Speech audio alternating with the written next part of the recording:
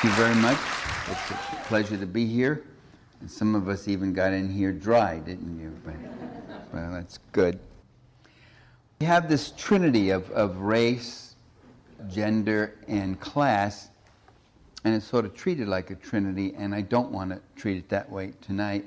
I think there's nothing wrong with looking at race, gender, and class as distinct from each other, of course, because there are different dynamics, different historical developments, different imperatives involved that are distinct from each other. In many respects, they are. The mistake is to consider these three things as unconnected and always mutually exclusive. In regard to many issues, they are interrelated and part of the same overall systemic dynamic. And I want to start by focusing on class, because there are two ways of looking at class. One way is in race, gender, and class. A demographic trait, like gender is a demographic trait, and race is a demographic trait, and so is class. That means your status, your income, your profession, lifestyle, that sort of thing. There's another way of looking at class, and that's why the title of this talk isn't Race, Gender, and Class. It's Race, Gender, and Class Struggle. And that is, class is the only one of the three which you cannot hope for any equality. You can't have classes and have equality. By definition, they're unequal to each other. You can hopefully have and achieve gender equality, which we haven't. You can hopefully achieve racial equality, which we haven't. But you most certainly cannot achieve class equality except by having a classless situation, by eliminating it as the actual dynamic or category. So class is a relationship. It's an interrelationship. You can't have one class without having another. You can't have plutocrats and bourgeois capitalists without having workers and employees. You can't have slaveholders without having slaves. You can't have feudal lords without having serfs. That just about covers all class societies that we've had in history. More than that, the interrelationship involves a relationship to a third factor, which is the material substance and wealth of society, the means of production. One group owns the mines, the factories, the farms, the houses, the land, the newspapers, the media, etc., etc., etc. And the other group has nothing to sell but its labor to the first one. I remember doing backup strike support work in Carbondale, Illinois. I was in Urbana. We went down for one day to Carbondale, and one of the auto worker strikers was African American, and he put it very succinctly. He said, either you own the mother or you work for it. That was it. Either you own the mother or you work for it. He used a somewhat longer word than mother, but that was it. So, and what we're talking about when we're talking about ownership and class struggle and class power in this society, we're talking about these gigantic, multi-billion-dollar transnational corporations. That's what we're talking about. We're not talking about mom and pop enterprises. I want to make that point because it often comes up in discussions when capitalism is being discussed. There's invariably someone who says, what about the entrepreneurial spirit? What about the mom and pop enterprise, the small business where people struggle and they develop a little business and they hire a few other people and create more jobs? Usually described in that sentimental sing-song voice, and you have more jobs, and then maybe they open up a second little place, and all. And I always answer, I'm not talking about those places. I'm not talking about mom and pop, little businesses. Little businesses isn't what this is about. The wealth, the power, the thrust of it all is very simply in the hands of transnational corporations. Small businesses are the squirrels dancing among the elephants. And squirrels that dance among elephants have a very low life expectancy.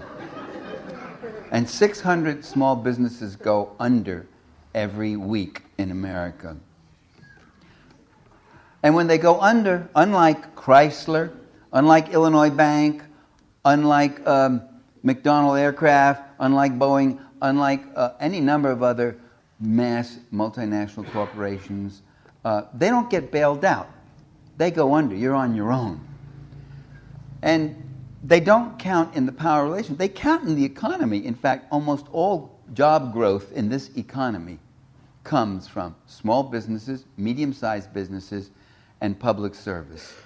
The net growth in new jobs among the big corporations, of course they're creating new jobs, and that's the Walmarts and McDonald's. But if you count what General Motors is doing, they're closing the factories, the better paid jobs, and outsourcing. You can't bring in their outsourcing and their downsizing and all that stuff.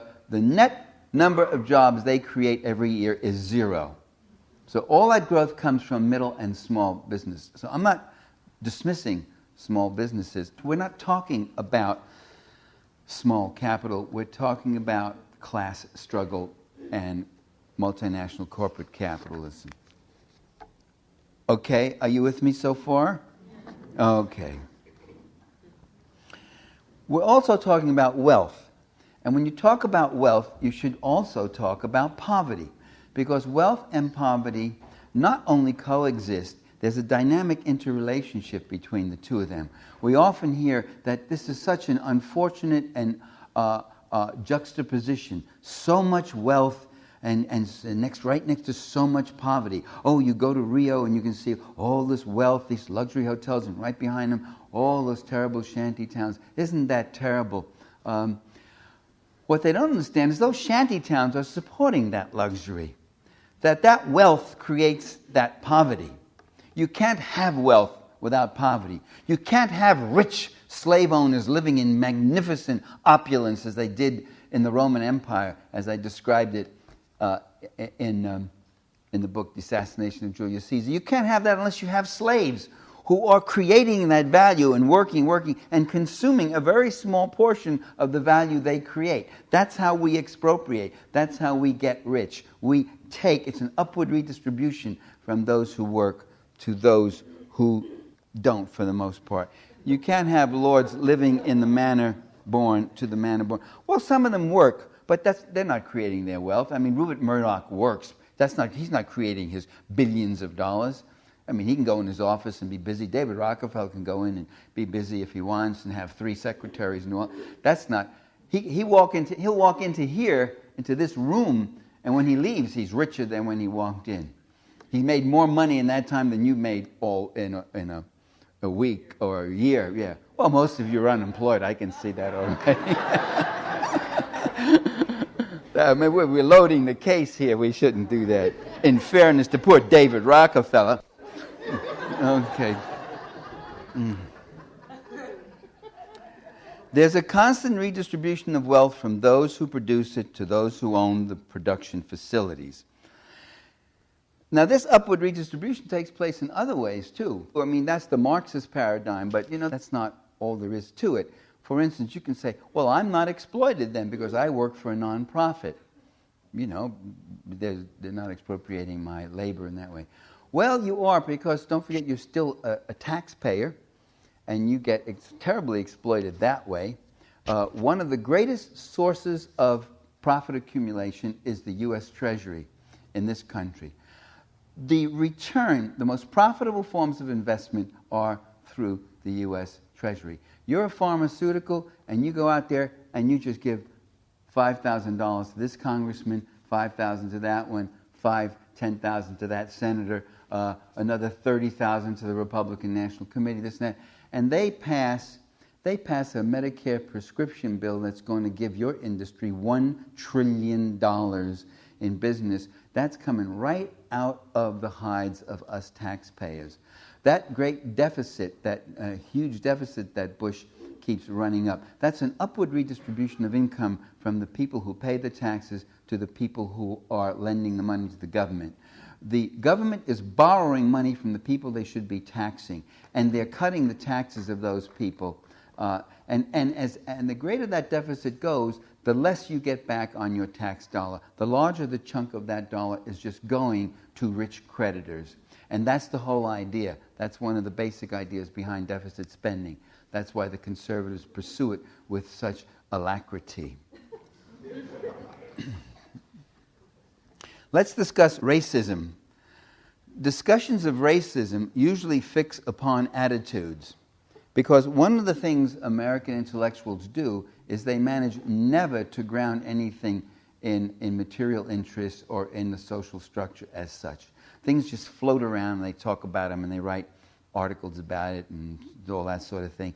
And we hear that racism is a kind of a bad thing. And we have presidents of the United States. Bill Clinton, in his last year in office, remember he started that thing about, well, I'm going to investigate racism, and he had that highly publicized thing where he sat down with black families and white families and said, now why can't we all get together and learn to hug and love each other and all that sort of thing.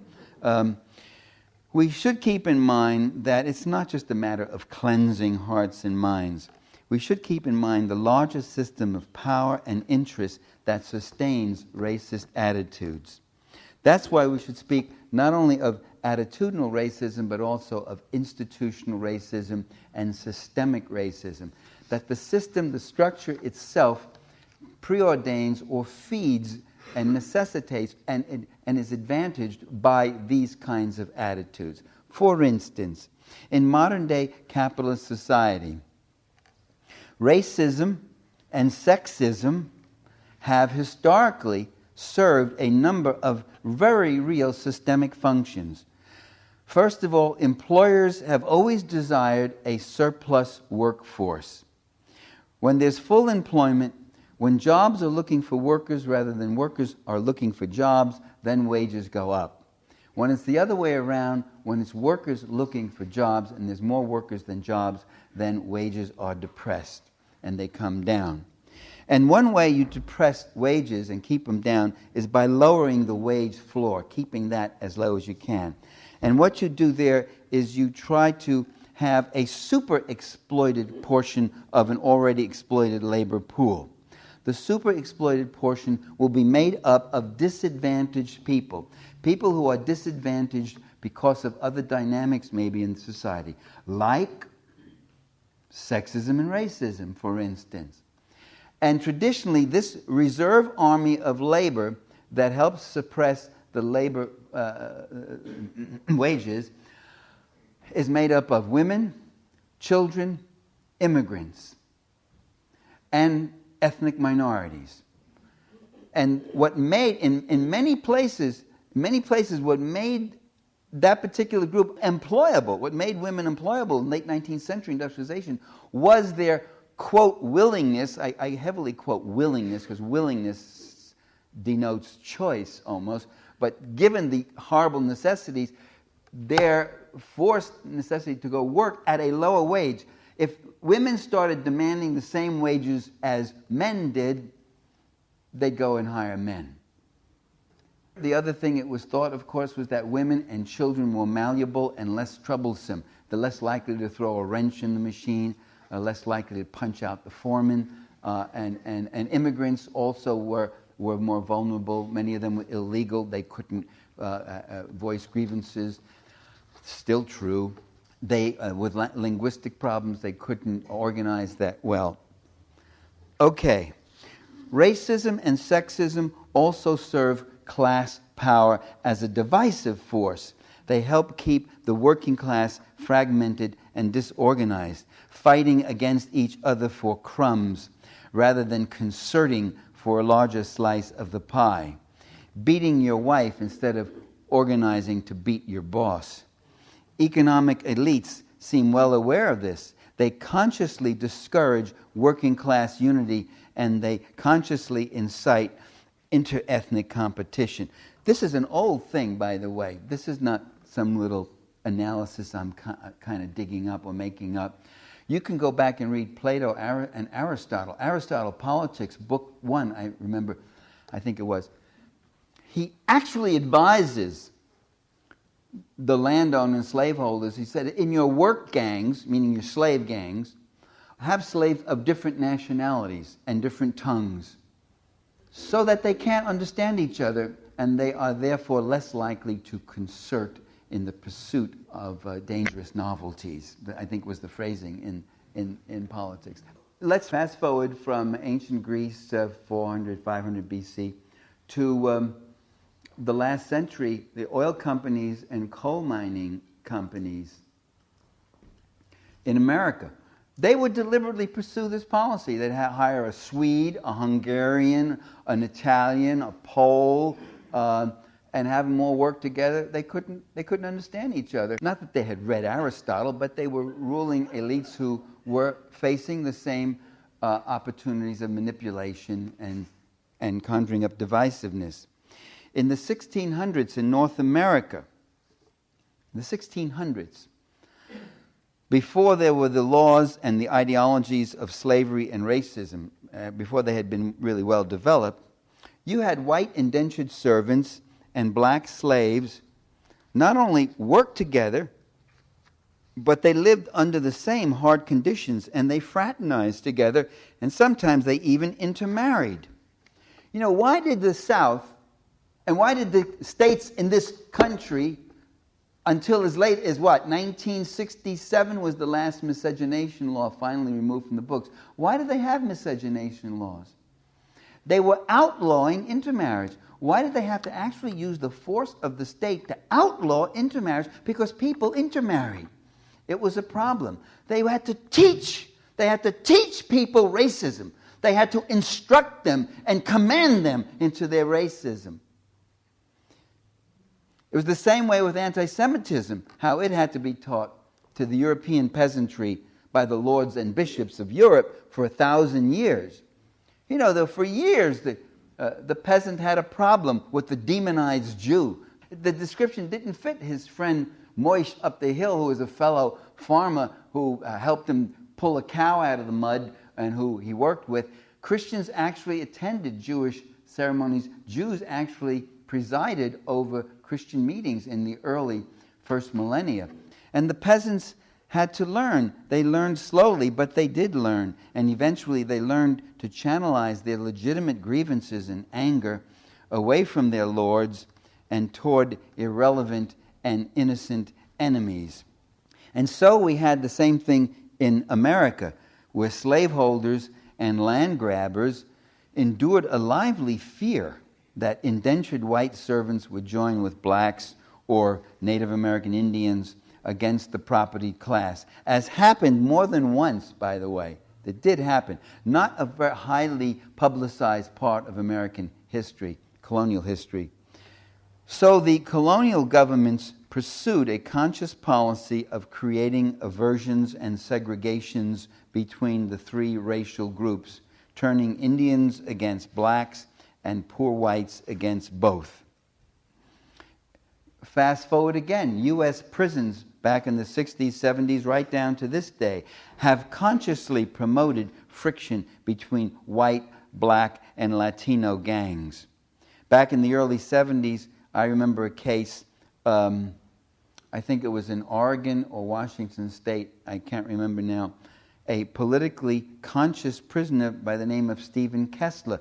All sorts of charges were put on him. He was harassed for his politics and his organizing in the prison, and one of the charges against him was fomenting racial unity in prison. I rest my case. There it is. The same strategies of divide and conquer have been used by urban police forces in regard to street gangs, the Crips and the Bloods in L.A. Generations of racial segregation in the U.S. and South Africa have had the effect of setting white workers against black, competing for the scraps off the table. And the more successfully segregated the society, the more successfully suppressed were the unions because of the race issue in the South. The lower were the wages. It's no accident that wages were lowest in the South. It's no accident that unions were weakest in the South. That was the place where this policy of institutionalized racism was pursued with a vigor and a totality that makes your skin crawl. Inciting racial divisiveness has been a standard policy of imperialists for hundreds of years. The North American colonizers and European colonizers of Latin America and Africa and Asia very consistently played off people against people, tribe against tribe, bribing some, giving arms to another, spreading rumors around, creating incidents, murdering some people in one group and blaming it on the people in the other group, and the like. The Austro-Hungarian Habsburg Empire played different nationalities against each other. The CIA incited the Hmong tribal people in Vietnam and played on tribal rivalries in Angola, where they supported Savimbi and his UNITA for 25 years and 2 million deaths in Angola. And the CIA showed a sudden and equally hypocritical compassion for the Mosquito Indians in Nicaragua during the Sandinista reign. Yugoslavia was mentioned. It's a dramatic example of Western intelligence forces egging on and supporting with guns, huge sums of money, and organizational and military assistance the most retrograde secessionist elements in Croatia. In Croatia, they promoted a leader named Franz Tuđman, who was an out-and-out fascist, who was part of the Ustasi, who were open, total collaborators, Croatian Nazis who collaborated with the German Nazis in World War II. In Bosnia, they supported Izetbegovic. Izetbegovic had been in his youth a member of the Hitler SS, the Muslim SS, whose job was bringing and conveying victims of the concentration camps of the Holocaust, including Jews, Serbs, and Roma, known to us as gypsies, down to the Jasenovac concentration camp, where they were killed under unspeakable conditions. Unspeakable, worse than what the SS did anywhere else. I don't want to go into details. I'm on the advisory board of the Jasenovac Foundation, and there's a literature very poorly circulated, but it's around, and it's a story that needs to be told. These were the people that the U.S. and Bill Clinton and the White House and the media and the CIA were backing. And unfortunately, there were progressives in our own ranks who on this war stood shoulder to shoulder with NATO and the CIA and the White House. The same people who wonder why those rednecks back Bush on Iraq were backing Clinton on Yugoslavia with his 78 days of bombing. And he took a country that was prosperous, where 80% of the economy was publicly owned, and broke that up into a cluster, a bunch of little right-wing republics now, where everything has been privatized, everything has been deregulated, unemployment is up, the fastest growing profession is prostitution, and the whole economy is being sold off at garage sale prices.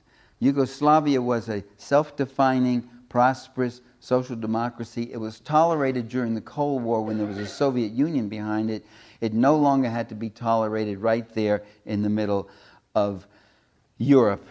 It refused to become a client state to corporate globalism. It did not open up its markets to multi-corporate completely. I mean, in Belgrade, and you could see, Hilton Hotel and all that. There was some of that there, but most of the economy was still publicly owned. It refused to join the European Union. It showed no interest in joining NATO, and it was done in. By the way, another group the U.S. supported in that war was the Albanian KLA, which the U.S. State Department had called a terrorist organization just 2 years before. One of the first victims of the KLA were other Albanians who were federalists who did not want secession and the like.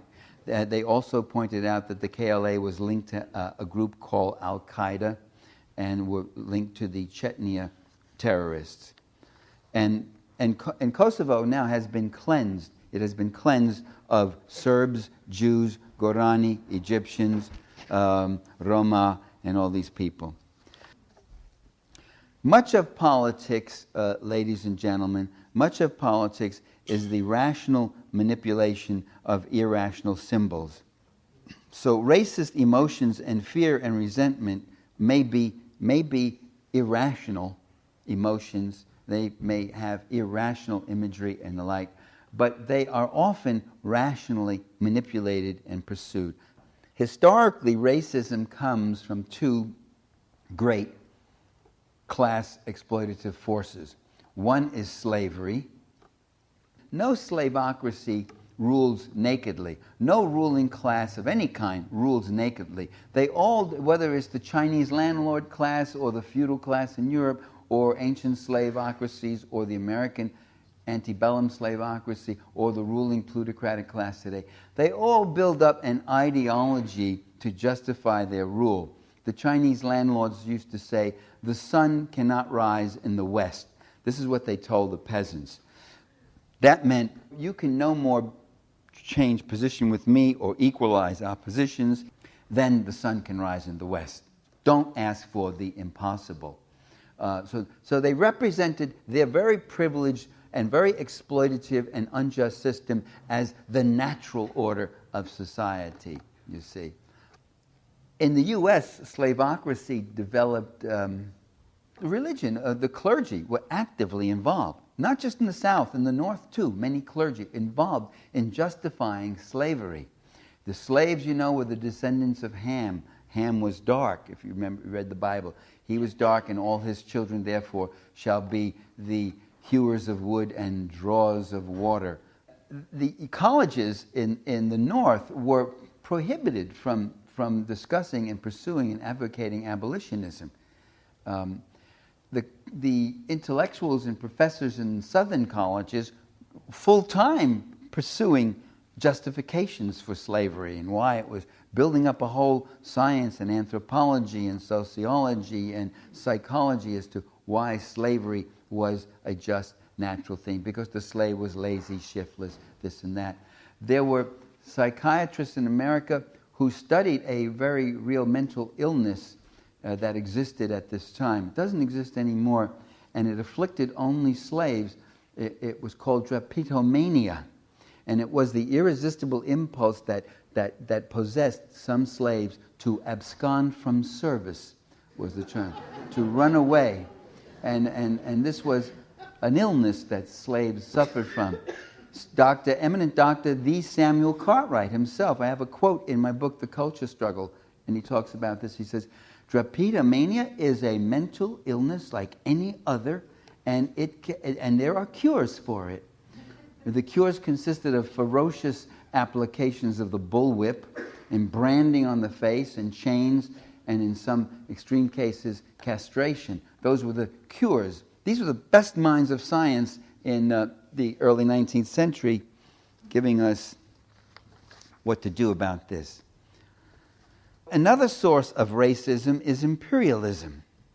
The imperialists are not out to conquer other people simply because they're not white or they're of a different ethnic group. They don't care. The imperialists don't care what color you are. They're very democratic in who they kill. I mean, I used to hear when they were bombing Vietnam, they said they would never bomb Europe. Well, and what happened in Yugoslavia? They were bombing Europe. We saw countries bombing right in the heart of Europe. This is 40 years after World War II, when we thought all that was over, that was passed on stage of history. They bomb, they'll kill anybody, they'll kill their own mothers if they can get more. They're not interested in the color line, they're interested in the bottom line. The first victims of Western European imperialism were Eastern Europeans, who were Caucasians. The oldest colony that the English ever built, and one they still have a piece of, was Ireland. And you can't get any more pink-faced and fair-faced than the Irish are. But when they went into Latin America and Africa and Asia, it was for what was in that land. They went in for the tin, the copper, the manganese, the bauxite, the oil. Let me repeat that one. The oil, the iron, silver, the gold, the cotton, the hemp, the tobacco, the rum, You can name it, go on and on. The foods, just the foods, and the labor.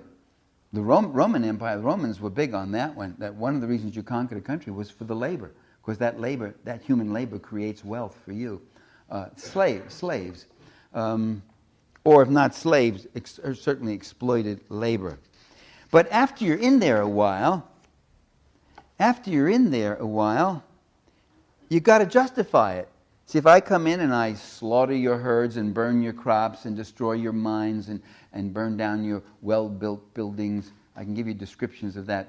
French military in North Africa admiring these buildings of various tribes they had to burn down and the like and kill. And I enslave your men in the mines and rape your women and spit your babies on bayonets or whatever all the various atrocities are.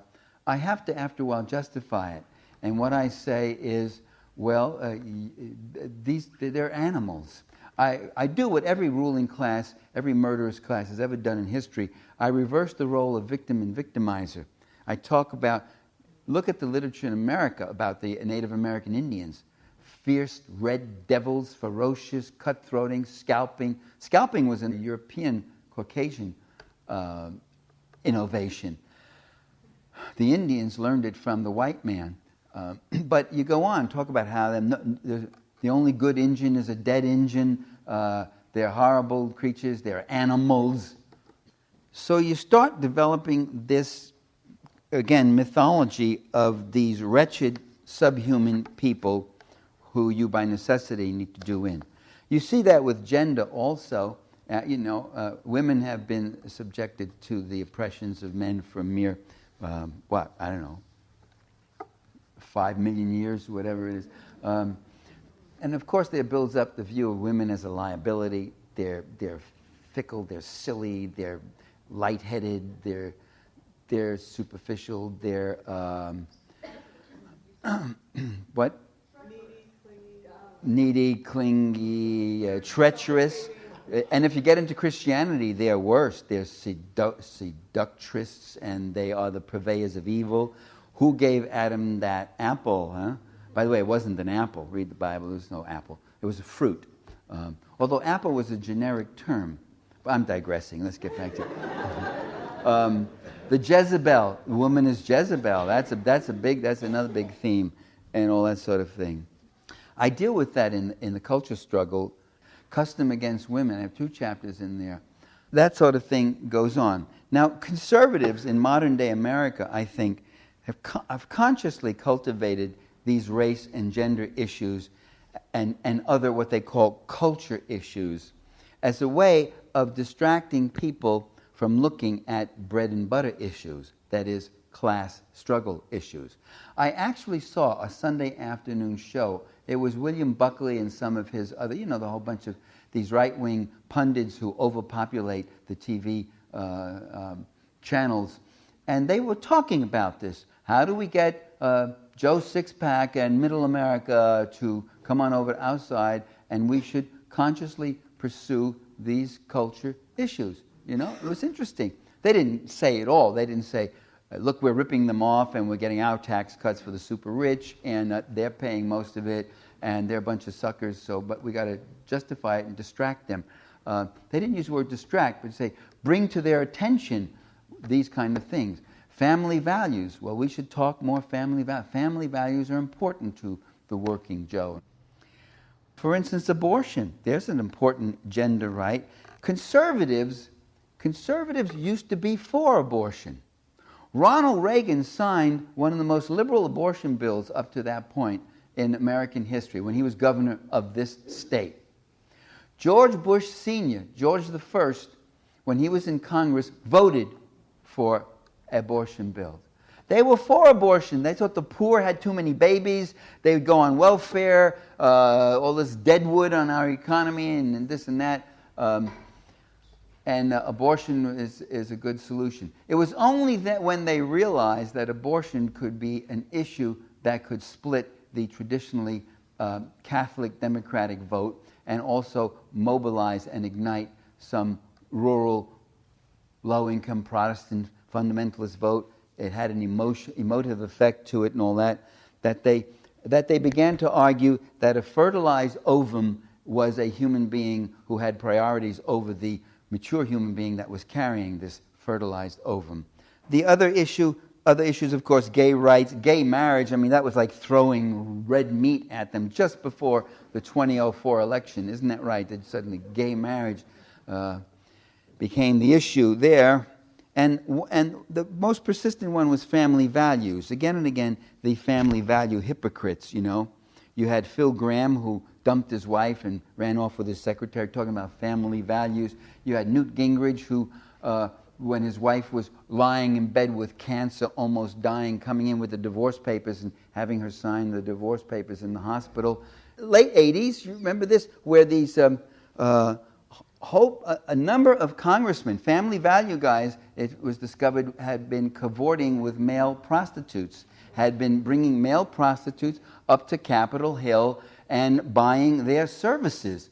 Male prostitutes. I mean, when I read that, I just was so shocked and disgusted and just fed up with it. It really lowered my opinion of male prostitutes.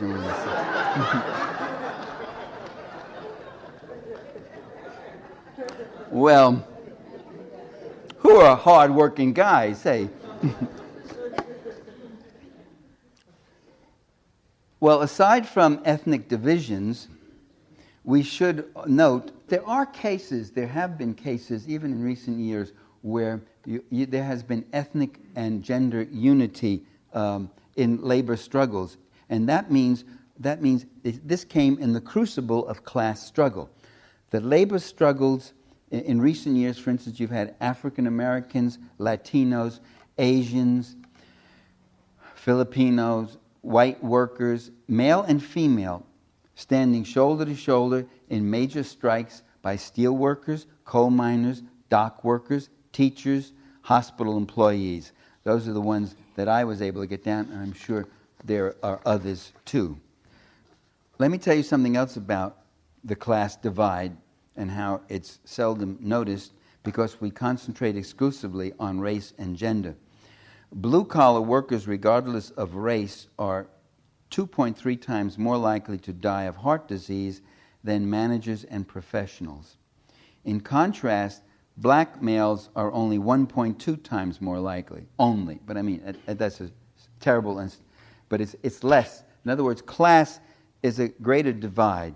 Lower income people of whatever race and gender are more likely to report poor health than upper income people of whatever race and gender. In other words, the morbidity rates have to be explained by looking at class as well as race and gender. But the U.S. government collects data only on race and gender while ignoring class. And now I want to point out that this negligence is not indicative of a lack of class awareness, but of a keen sense of class, a sense of keeping it off the agenda and out of our consciousness. And that is why they will not discuss class. And those who do discuss class, even among many who pretend to be on the left, those who do discuss class, these many who pretend to be on the left, get very nervous and very labeling and very uncomfortable. It's happened to me in much of my career. And I'm not talking about the William Buckleys. I'm talking about allegedly progressive people. I remember all along, all the way up when I was doing this stuff, people quick to label me a Marxist. Are you a Marxist? And I said, if I was sure you understood what you meant by that word, the same as I understood what I mean by it, then I would say yes. But since I'm not sure, I'd have to say, I don't know, and neither do you, really. You don't know what that means. And I would... well, you know, I would write something on... I'd talk about the police. I say, you know, the police are not neutral. They do not... they don't just keep law and order. They have that function too, but they have a class function. They support the big property on the factory against the workers. Why are they protecting the factory? Why aren't they helping the workers go into the factory? It's if there's a lockout, let's say, in violation of a contract and all that. And people say, oh, well, that's Marx. Isn't that Marx? That's Marx. Or I'd say, I don't think the U.S. is really promoting democracy abroad and giving aid and all. I think they're going in and they're doing this and exploiting, and I'm talking about imperialism. And I say, oh, that's Marx. That's Marx. And I'd say, I think race is not just a matter of attitude. It's, some of the things I say here and this and this. And they'd say, that sounds a little, that's Marx. That's Marx. And after a while I started thinking, oh, this guy Marx is pretty good, He's here I am busting my back trying to come up with an analysis, and every time I do, they give him the credit, and he's been dead 120 years or something.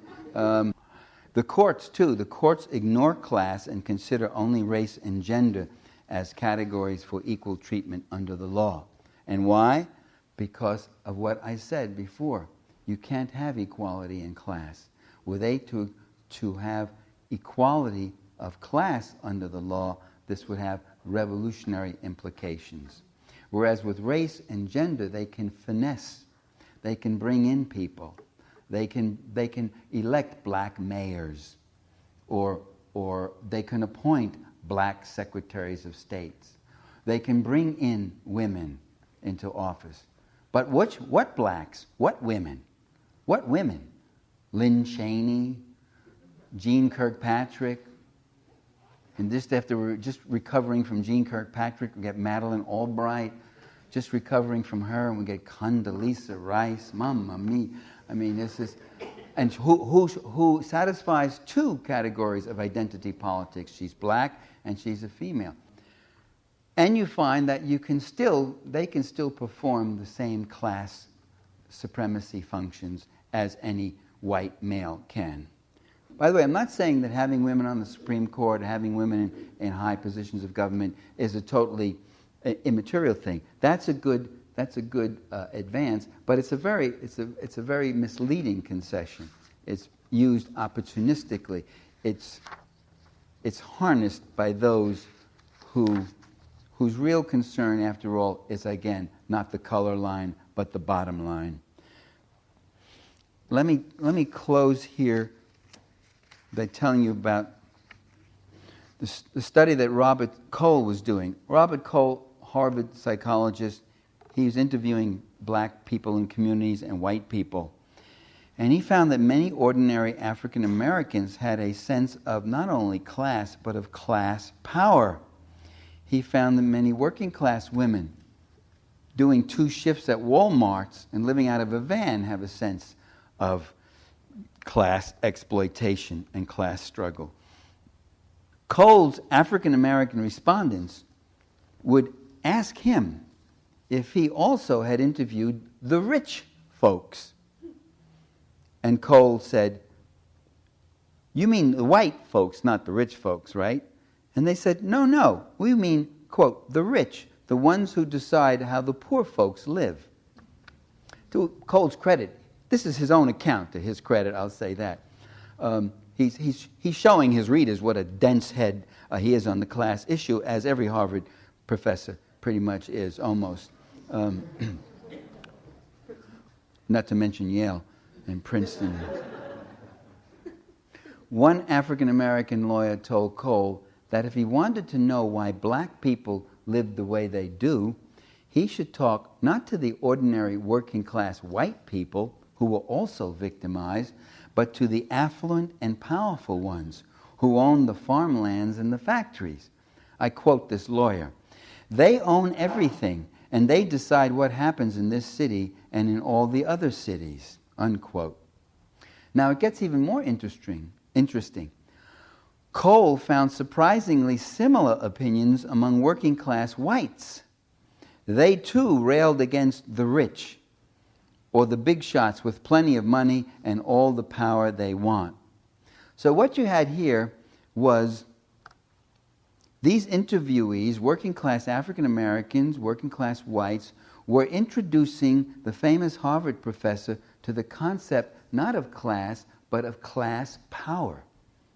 They were taking him to school about something that academics and intellectuals have systematically programmed out of their perception.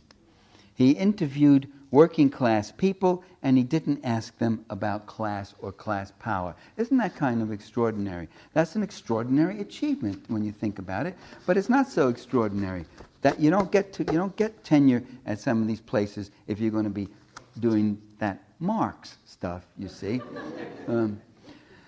So in sum, we don't have a full understanding of the functional imperatives of racism and sexism unless we take into account the political economic context, the class power structure.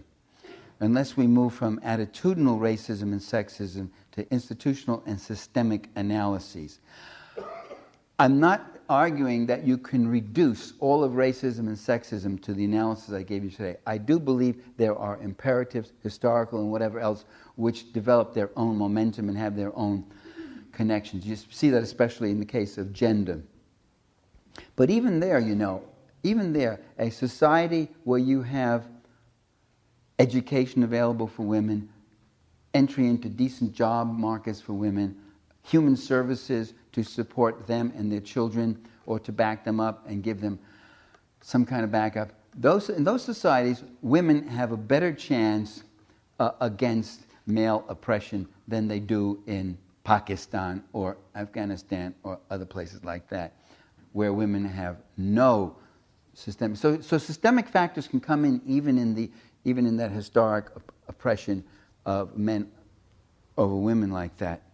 I welcome identity politics and the vital war that's waged against racism, sexism, and homophobia. But it's been 35 years where identity politics has been used as an excuse, as a means to deny confronting the political economic realities of reactionary class power that is slamming us in the head all the time, that preys upon us ever more viciously and openly. The failure to perceive racial and gender oppression within the context of class power oppression leads to what I call the competition of oppressions. I remember also one time in Washington, D.C. at a meeting, a guy getting up, a black man, and she says, yeah, you may be a woman, but you're white, and you don't know what I have to deal with. And she says, yeah, well, you may be black, but you're a man, and you don't know what I have to deal with. And another woman gets up and says, yeah, well, neither of you know what it means to be a lesbian. If I went in and to an employer and announced I was a lesbian, you guys would get the job far ahead of me. So there they all, and I got up and said, what is this? What are we doing here? It's the competition for oppressions, which is, I'm more oppressed than you, which means, first of all, I feel my oppression more than you are going to feel it, and you have no empathy for it. But also, it means that mine is more urgent, and we should be giving our limited resources to this struggle. That's what happens when you treat this Holy Trinity as mutually exclusive and in competition with each other, rather than seeing that the people who are giving you homophobia and the outlawing of gay marriage, and the people who are outlawing abortions, and the people who are giving us racism, and the people are the same people who are bombing Iraq and giving these tax cuts to that top fraction of 1%, and the same people who are doing all these other things and rolling back all the social democratic gains of the 20th century that took generations of struggle. Those are the same people. And once we see that, then we're on a better track, I think. Let me close with a little story, which is a true story. When the committees of correspondence were forming in 1992, they had their founding convention in Berkeley, California, where I had just moved to Berkeley that year, and it was just a 20-minute walk away up on the Cal campus. So I went up there and I attended, and I saw a lot of people I knew and all that, and there was a conference, and they were setting up, this is the founding conference. I never did join, but I was observing anyway, and they were setting up these statements of intentions and their standards, and their goals and all that.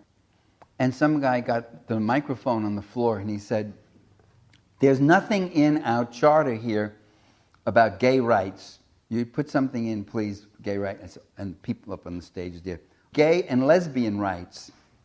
And they said, oh, right, gay and lesbian rights. Then another guy got up, and transgender and transsexual had not yet quite come into vogue. That was a few years down the line.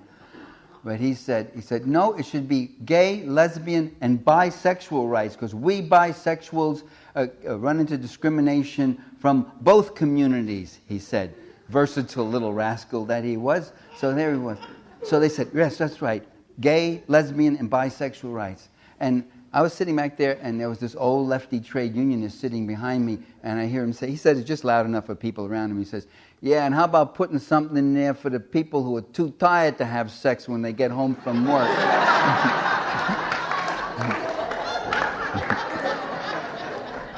And brothers and sisters, ladies and gentlemen, that's who I speak for, the people who are too tired to have sex when we get home from work, which by the way also includes any number of gays, lesbians, bisexual, African American, Latinos, everybody else. Okay, thank you very much.